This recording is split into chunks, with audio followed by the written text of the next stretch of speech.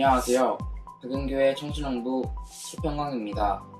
오늘 예배에 참석하신 모든 분들을 주님의 이름으로 환영하고 축복합니다. 우리 교회는 성경적인 교회인 신약교회 회복을 위해 비신자를 전도하여 제자 삼는 일을 교회의 사명으로 알고 여기에 집중하는 교회입니다. 오늘 예배를 통해서 구주이신 예수님을 만나시고 하늘의 복 많이 받으세요. 그럼 7월 30일 교회 소식을 전해드리겠습니다. 서로 사랑으로 함께 세워가는 공동체 되게 하소서. 오늘 예배는 창립 40주년 기념 예배로 드립니다.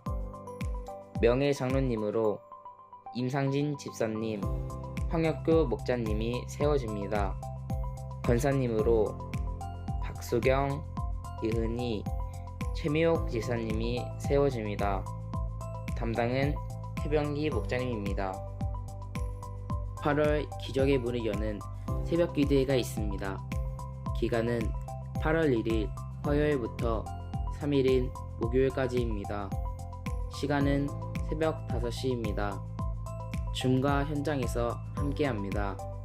8월에 응답받을 5가지 기도 제목을 준비합니다. 청춘원부 순회가 있습니다. 일시는 8월 4일 금요일부터 5일인 토요일까지입니다. 장소는 교회대와 외부 장소입니다. 담당은 오신종 목자님입니다. 하반기 상금거리를 신청받습니다. 기간은 8월 6일부터 20일까지입니다. 과목은 말씀의 삶, 해답의 삶, 생명의 삶, 기타 상 공부입니다. 신청 방법은 각 목장의 목자 목녀에게 해주세요. 목자 목녀 학예 야휴회가 있습니다. 일시는 8월 15일 화요일입니다. 방법은 각 조별입니다. 담당은 이한수 목자님입니다. 예수의 복이 신앙의 회복입니다.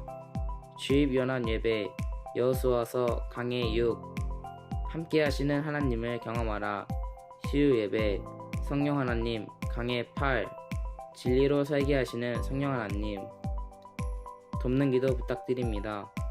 온라인 밝은교회와 가정행복학교에 놀라운 열매를 허락하여 주시옵소서. 목자 목녀와 함께 목장을 세워갈 교역자인 목원들이 평신도 세미나에 참여하도록 은혜를 내려 주시옵소서. 교회의 모든 환우들이 질병을 치료하여 주시옵소서. 다음 세대를 세울 수 있는 지혜와 능력을 부어 주시옵소서. 교회에 필요한 재정을 채워 주시옵소서. 교회 청소 성김 목장입니다. 7월 29일에는 주사람 목장, 8월 5일에는 서랑 목장이 섬겨주시겠습니다. 교회 중식 성김 목장입니다. 7월 30일에는 바나우 목장과 애찬팀이, 8월 6일에는 용인 목장이 섬겨주시겠습니다. 이번 주 암송구절입니다. 요한복음 10장 10절 말씀 다같이 읽겠습니다. 시작. 도둑은 다만 훔치고 죽이고 파괴하려고 오는 것 뿐이다. 나는 양들이 생명을 얻고 또 더 넘치게 얻게 하려고 왔다. 요한복음 10장 10절 말씀. 아멘.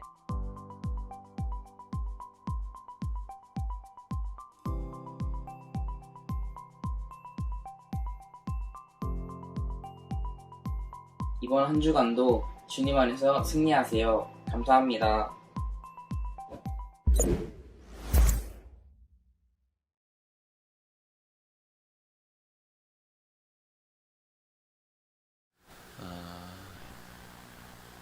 한자로 복자가 있습니다. 복자. 우리는 최복자가 있죠.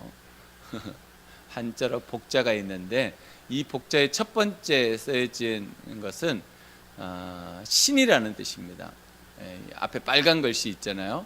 이게 신이라는 뜻이에요.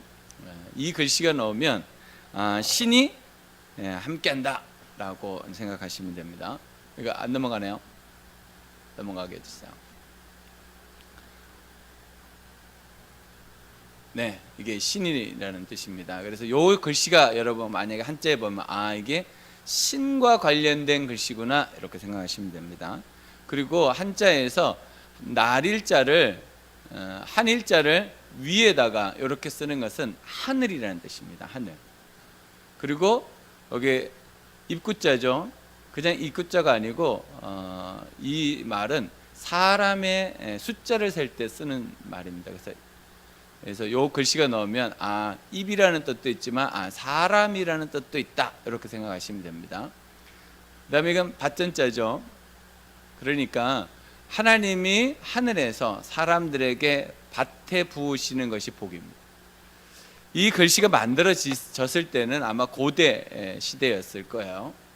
그러니까 그 고대 시대의 복을 사람들이 어떻게 평가했냐면 신이 하늘에서 사람들에게 우리의 필요를 채워주는 것이 복이다라는 개념으로 이해했던 것 같아요. 그래서 복자가 이렇게 만들어져 있습니다. 여러분들은 어떤 복을 받고 사십니까? 하나님께서 우리에게 각자에게 필요한 복을 어디에서 내려주냐면 하늘에서 내려줍니다. 그래서 우리는 서로 이렇게 말하죠. 하늘의 복 많이 받으세요. 이렇게 말하는 겁니다. 우리 옆에 분한테 그렇게 인사할까요? 하늘의 복 많이 받으세요. 네, 하늘의 복 많이 받으십시오. 네, 하늘의 복 많이 받으십시오. 이게 성경적인 것이다 라는 것이죠. 우리가 하늘의 복을 많이 받을 수 있는 것, 그것은 뭘까? 오늘 시편 말씀 특별히 36편에 보니까 하나님을 두려워할 수 있는 사람이다 이렇게 말해요. 오늘 1절로 4절 말씀을 보면 사람들이 하나님을 두려워하지 않는다라는 것을 우리가 선명하게 알 수 있습니다. 시작을 이렇게 합니다. 악인의 마음 깊은 곳에는 반역의 충동만 있어 그의 눈에는 하나님을 어떻게 해요? 두려워하는 기색이 조금도 없습니다. 어떤 사람이 악한 사람일까? 어떤 사람이 복이 없는 사람일까? 하나님을 두려워하지 않는 사람이다 이렇게 말합니다. 우리가 인생을 살다 보면 하나님을 잊고 사는 시간들이 많죠. 그 말은 하나님과 관련이 없는 삶을 산다. 특별히 우리가 신자로서 살지만 영적인 삶을 살고 있지 못한다라는 겁니다. 우리의 삶 가운데는 두려움이 있어야 됩니다. 이 두려움은 공포와는 다른 것입니다. 성경에서 말하는 두려움은, 지금 나오는 두려움은 하나님을 존중하지 않는 마음을 두려움이라고 하는 거예요. 하나님을 존중하는 마음이 두려움입니다. 우리가 하나님을 무한 존중하면 그분 앞에 서면요 두렵습니다. 진짜 존중하는 사람 앞에 서면요 우리가 두렵습니다. 그런데 하나님을 존중하지 않는다는 거예요. 누가요? 악한 사람들. 악한 사람들은 하나님을 존중하지 않습니다. 존중하지 않는다라는 말을 더 이어가면 하나님의 말씀을 우리에게 복이라고 생각하지 않는다는 거예요. 그러니까 하나님의 말씀을 어떻게 해요? 가볍게 여기는 거예요. 하나님 말씀대로 살면 살고 말면 말고 하는 삶을 살아갑니다. 하나님을 두려워하지 않는 것처럼 무서운 것은 없습니다. 오늘 시를 누가 기록했습니까? 36편 첫 번째 제목들을 쓰다 보니까 다윗이 글을 썼다 이렇게 말합니다. 근데 1절부터 12절까지 내용들을 쭉 읽다 보면 어떤 내용이 나오냐면 다윗이 지금 하나님의 마음을 가지고 시를 쓰고 있어요. 근데 그 하나님의 마음을 시를 쓰게 된 게 뭐냐면, 나는 정말 하나님을 믿고 하나님의 뜻대로 살아가는데 하나님을 알지 못하는, 하나님을 두려워하지도 않는 사람들이 다윗을 힘들게 하는 거예요. 그러니까 하나님 앞에 다윗이 이 시를 쓰는 거예요. 하나님, 저들은 하나님을 알지도 못하고 하나님 믿지도 않고 하나님 두려워하지도 않습니다. 그래서 나 같은 예수 믿는 사람, 정말 하나님을 믿기를 원하는 사람들이 힘들게 합니다. 주님, 나를 도와주십시오 라고 기록하고 있는 겁니다. 그러면서 다윗이 하나를 깨달아요. 그게 뭐냐면 하나님은 나를 그때나 지금이나 앞으로도 한결같이 나를 사랑하신다라는 것을 깨닫습니다. 그래서 오늘 시 내용들을 보면 가장 많이 반복되는 말이 한결같은 사랑입니다. 한결같은 사랑. 5절 말씀을 보면 이렇게 말하죠. 주님, 주님의 한결같은 사랑은, 7절 하나님, 주님의 한결같은 사랑이, 그리고 10절에 또 가면 또 뭐라고 말해요? 주님을 사랑하는 사람들에게 주님께서 친히 한결같은 사랑을 베풀어 주십시오. 다윗이 깨달은 것은 뭐냐면 세상은 한결같이 우리를 힘들게 하고 어렵게 하고 우리에게 고통을 주지만 반대로 하나님은 한결같이 우리를 사랑하여 주신다. 하나님 변치 않습니다. 여전히 세상도 변치 않습니다. 여전히 세상 가운데 예수를 믿는 사람들이 살아가다 보면 여전히 힘들고 어려운 일들이 있고 억울함이 있고 우리를 괴롭히고 우리를 야유하고 우리에게 하나님의 그 큰 사랑을 어떻게 말하냐면 증거해봐, 보여봐 라고 약올리기까지 합니다. 그러면 예수 믿는 사람들이 그곳에서 어떻게 보여주겠어요? 그러니까 우리의 삶을 통해서 보여주는 것밖에 없습니다. 지금은 이 세상 사람들은 더 악해졌기 때문에 우리가 보여주지 않고 예수를 믿으라고 말하기는 어려운 시간이 왔습니다. 앞으로는 더 힘들고 어려운 시간이 우리에게 오게 될 것입니다. 우리가 정말 하나님을 믿으며 사는 것, 그 삶을 오늘 주제를 이렇게 표현해 봤습니다. 복된 삶은 하나님의 마음을 압니다. 여기 바꿔주세요. 내가 다시 올렸는데 하나님의 마음을 압니다. 복된 삶은 하나님의 마음을 압니다. 시작. 복된 삶은 하나님의 마음을 압니다. 복된 삶은 어떤 걸까? 그것은 하나님의 마음을 아는 겁니다. 우리가 왜 복된 삶을 제대로 살아가지 못하냐면 하나님의 마음을 제대로 알지 못하기 때문입니다. 믿는다라고 하지만 하나님의 마음을 우리가 제대로 모릅니다. 사람과 사람 관계에도 마음을 제대로 알게 되면 그때 변화가 일어납니다. 근데 사람과 사람 관계에도 상대편의 마음을 제대로 모르면 어떻게 해요? 오해가 일어납니다. 나중에는 어떻게 돼요? 내가 생각한 것이 맞다라고 확신합니다. 그러면 어떻게 돼요? 갈등이 더 깊어지고 나중에 해결하기가 어렵습니다. 결국에는 마음을 알아가는 겁니다. 마음. 그래서 목회자나 우리 목자, 목녀, 평신도 목회자들이 가지고 있는 마음이 동일한 마음들이 있는데 이겁니다. 우리 목원들이 어떨 때는 힘들게 하고 어렵게 할 때 있죠. 근데 나중에 시간이 지나서 목녀님, 목자님 그때 제가 이래서 정말 힘드셨죠? 죄송해요. 제가 그때는 이래서 그랬어요 라고 마음을 알아주면 그때 어떻게 됩니까? 풀리죠. 그죠? 부모 자식 간에도 그러지 않습니까? 나이가 들어서 엄마 내가 그때는 철이 없어서 그랬어. 너무 내가 잘못한 것 같아. 미안해. 그러면서 마음을 풀면 어떻게 되나요? 다시 회복이 되죠. 하나님과의 관계도 같습니다. 하나님의 마음을 모르면 우리가 오해합니다. 어떤 오해를 합니까? 왜 나만 겪는 고난이냐고 그렇게 오해합니다. 왜 나만? 그런 경우가 너무 많습니다. 근데 하나님의 마음을 알게 되면 이게 이해가 되어지고 그때 그 시간이 나에게는 가장 필요했던 시간이야 라고 받아들입니다. 그러지 않으면 그 시간이 어떻게 됩니까? 하나님을 오해하는 시간이 됩니다. 하나님을 오해하면 우리가 기쁨이 없죠. 하나님의 말씀을 받아들일 때 기쁨이 있습니다. 그래서 성도의 삶은요 기쁨이에요. 사실은 정말 예수 그리스도를 믿는 순간부터 우리가 주님 앞에서 영원토록 하는 것이 뭐냐면 기쁨입니다. 근데 그것이 무엇으로 되냐면 하나님의 마음을 알아야지 됩니다. 오늘 다윗은 하나님의 마음을 알았던 것 같아요. 세상 가운데서 너무 힘들고 어렵고 자기를 오해하고 자기를 핍박하고 못살게 굴었지만 그 세상으로부터 하나님 앞에 딱 나왔을 때 하나님의 마음을 뭐라고 표현해요? 한결같은 사랑.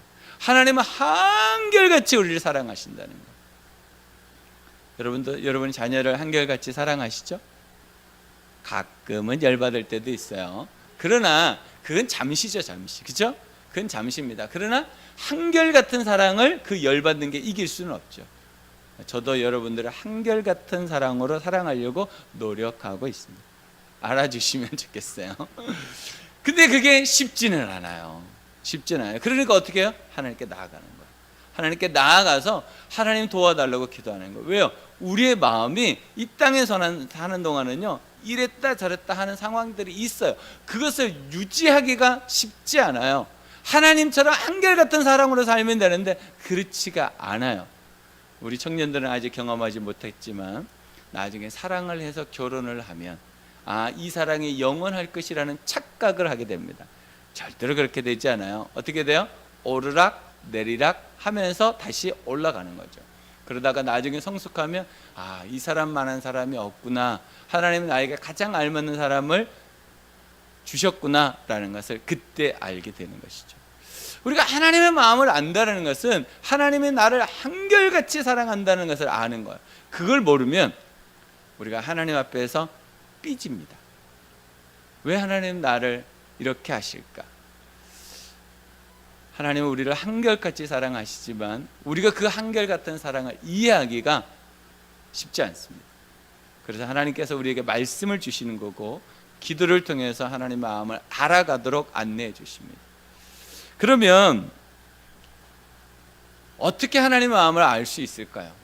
두 가지라고 생각합니다. 첫 번째는 이전에 내가 누구였는지를 알아야 합니다.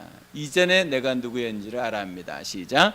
이전에 내가 누구였는지를 알아야 합니다. 이전에 내가 누구였는지를 아는 것은 굉장히 중요합니다. 우리가 36편 1절을 읽었습니다. 2절을 보면 그의 눈빛은 지나치게 의기양양하고 제 잘못을 찾아내 버릴 생각은 전혀 없습니다. 이게 무슨 말이냐면 하나님 앞에 딱 서는데 두 눈 똑바로 뜨고 내가 잘못한 게 뭐가 있어요? 이렇게 말하는 거예요. 지금 2절이.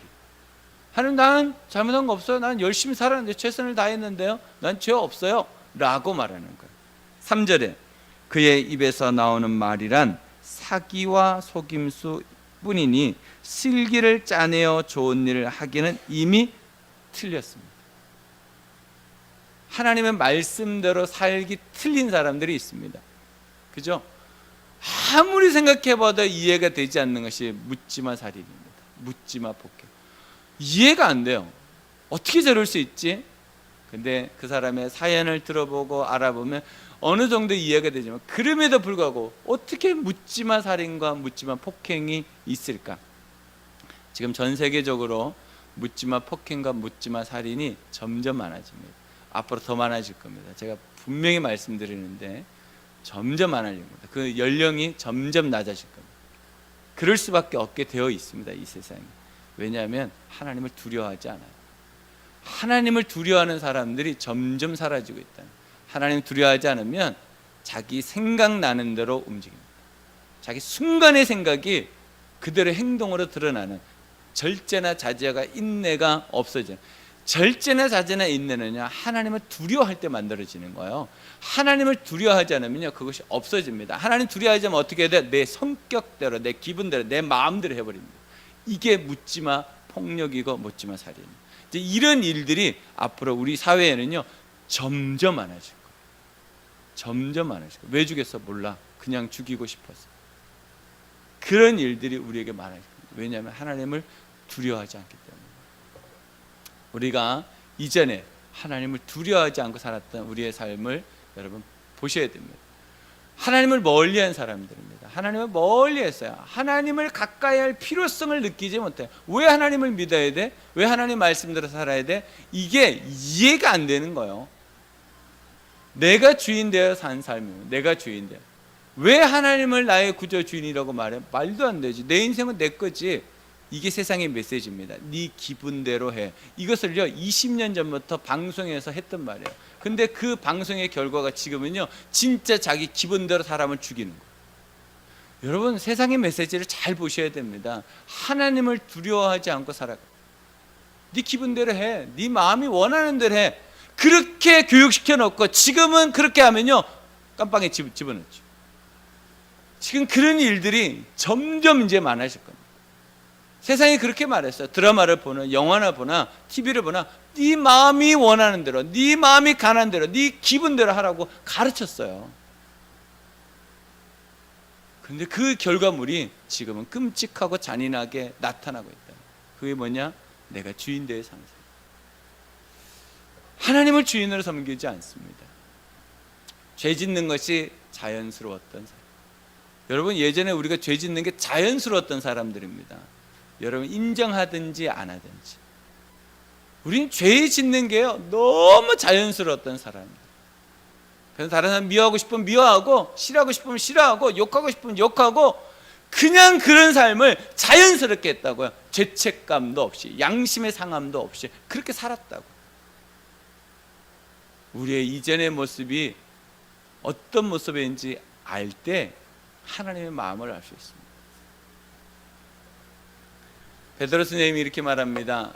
여러분이 전에는 하나님의 백성이 아니었으나 지금은 하나님의 백성이요, 전에는 자비를 입지 못한 사람이었으나 지금은 자비를 입은 사람입니다.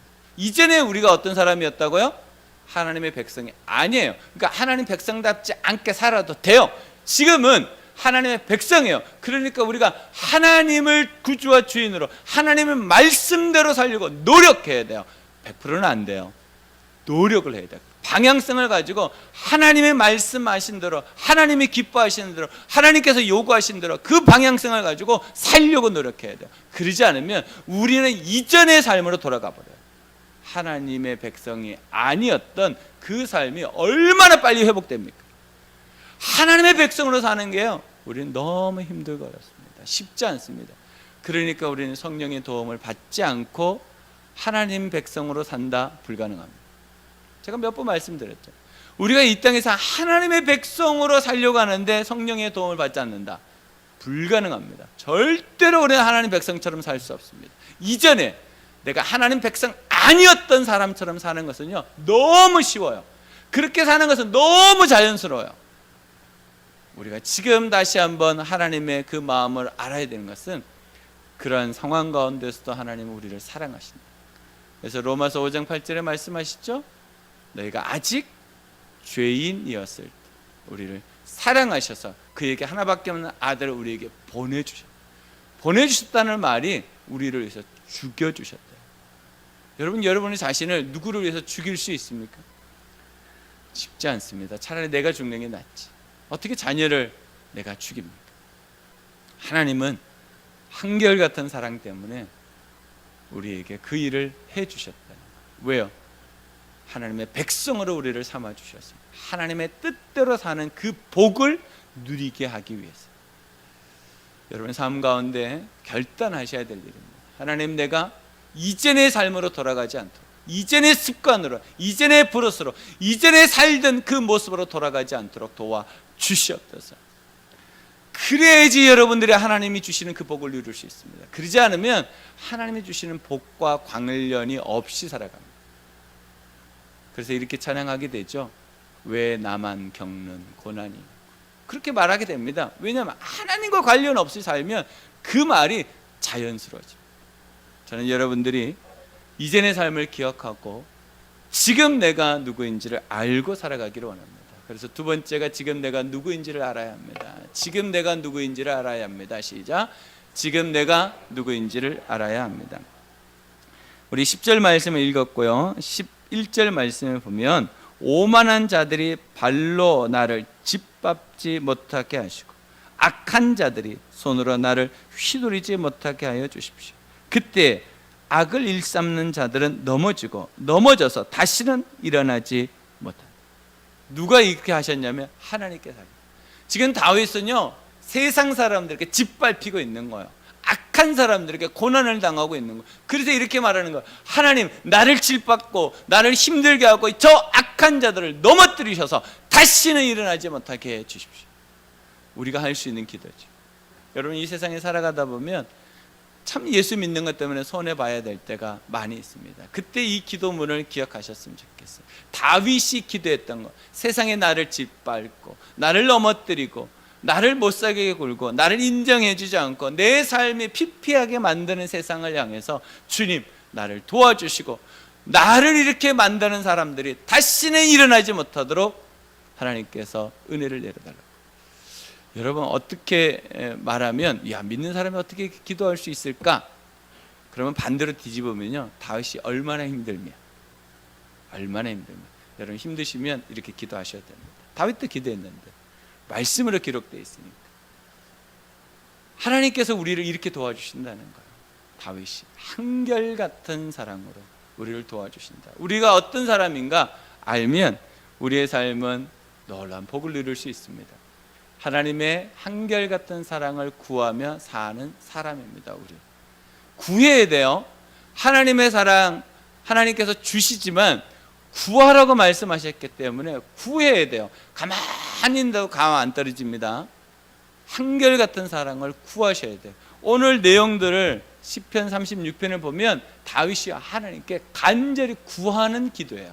가만히 있는 게 아닙니다. 간절히 찾고 찾을 때 하나님 만나 주시는 거예요. 한결같은 사랑을 구해야 됩니다.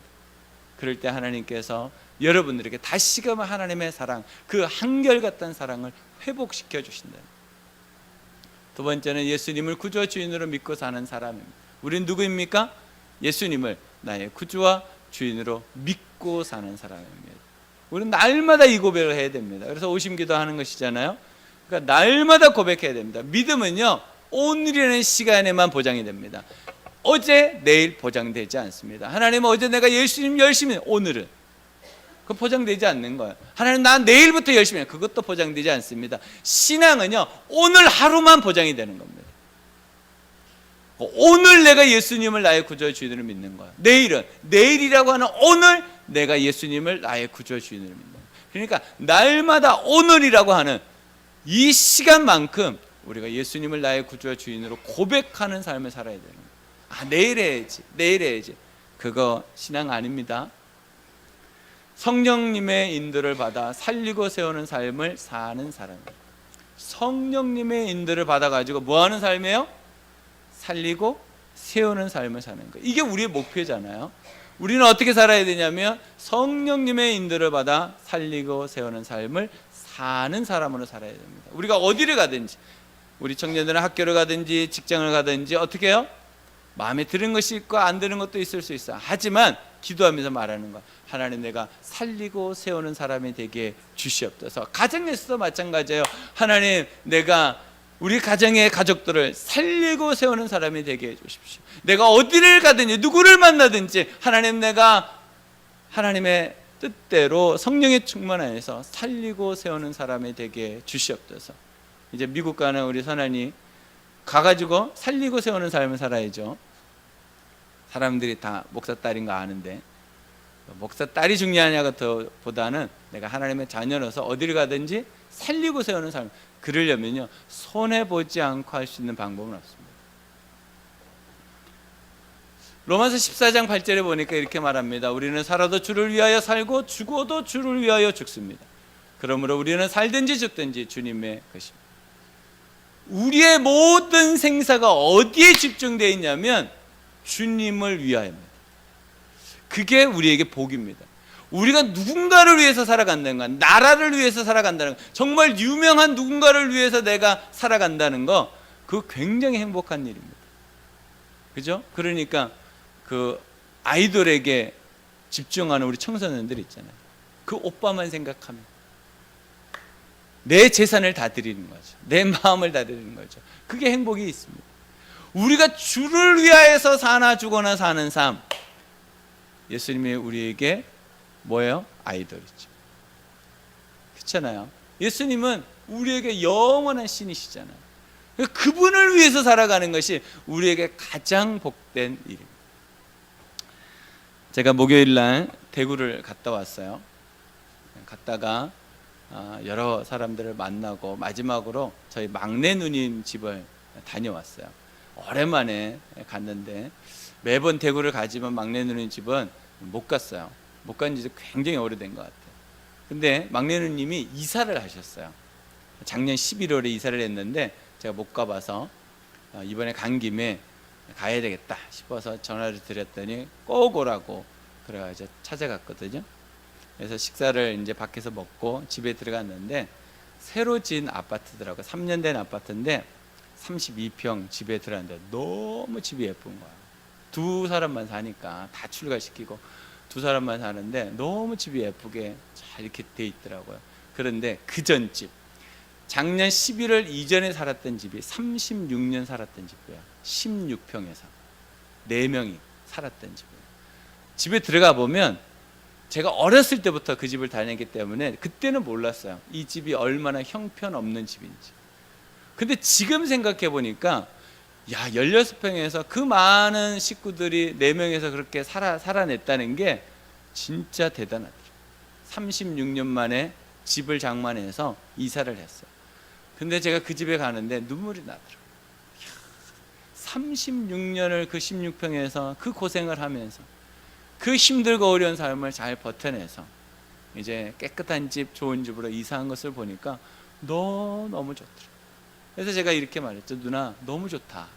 너무 좋다. 내가 이렇게 좋은데 누나는 얼마나 좋겠냐. 너무 좋다. 너무 잘했다. 너무 수고했다.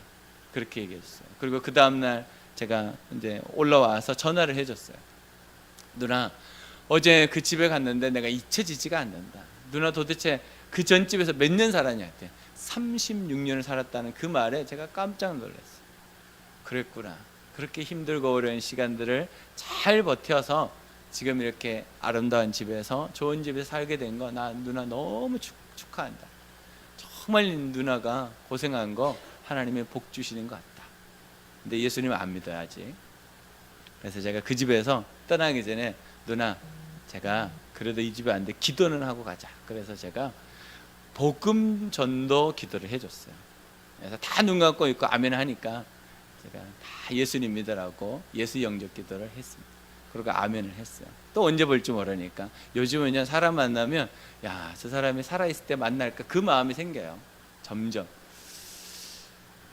정말 우리에게 있는 복이 뭘까? 저는 그 누님이 그 30평이 넘는 집에서 사는 것도 굉장히 좋고 흐뭇했지만 저희 누님이 정말 예수님 믿는다면 그것보다 기쁘고 즐거운 일은 없을 것 같아요. 여러분들 안에 그 마음이 있었으면 좋겠습니다. 정말 하나님의 마음이 뭘까? 하나님의 한결같은 사랑으로 우리에게 하시는 말씀은 뭘까? 그것은 아직도 예수 그리스도를 알지 못하고 믿지 못하고 있는 사람들이 예수님께 돌아오는 것이지 않을까 싶습니다. 정말 세상은 우리에게 악한 일을 하고 몹쓸 일을 하고 힘든 일을 하고 우리가 당황할 정도로 어려운 일들을 주지만 그럼에도 불구하고 하나님의 마음을 가지고 이전에 나도 그랬었던 사람이야. 지금은 아니지만 이전에 나도 그랬던 사람인 것을 알고 그들을 우리가 섬기는 삶으로 그들을 주님 앞에 인도하는 삶으로 살아간다면 하나님이 얼마나 좋아하실까요? 그게 하나님 마음이 아닐까 싶습니다. 우리가 40년을 달려왔습니다. 그리고 40년을 앞으로 달려갈 것입니다. 그 달려온 시간을 감사하고 앞으로 달려갈 시간을 기대하면서 하나님의 복을 누리면서 살았으면 좋겠어요. 정말 하나님이 주시는 그 하늘의 복을 우리 모든 성도들이 누리기를 주님의 이름으로 축복합니다. 기도하겠습니다.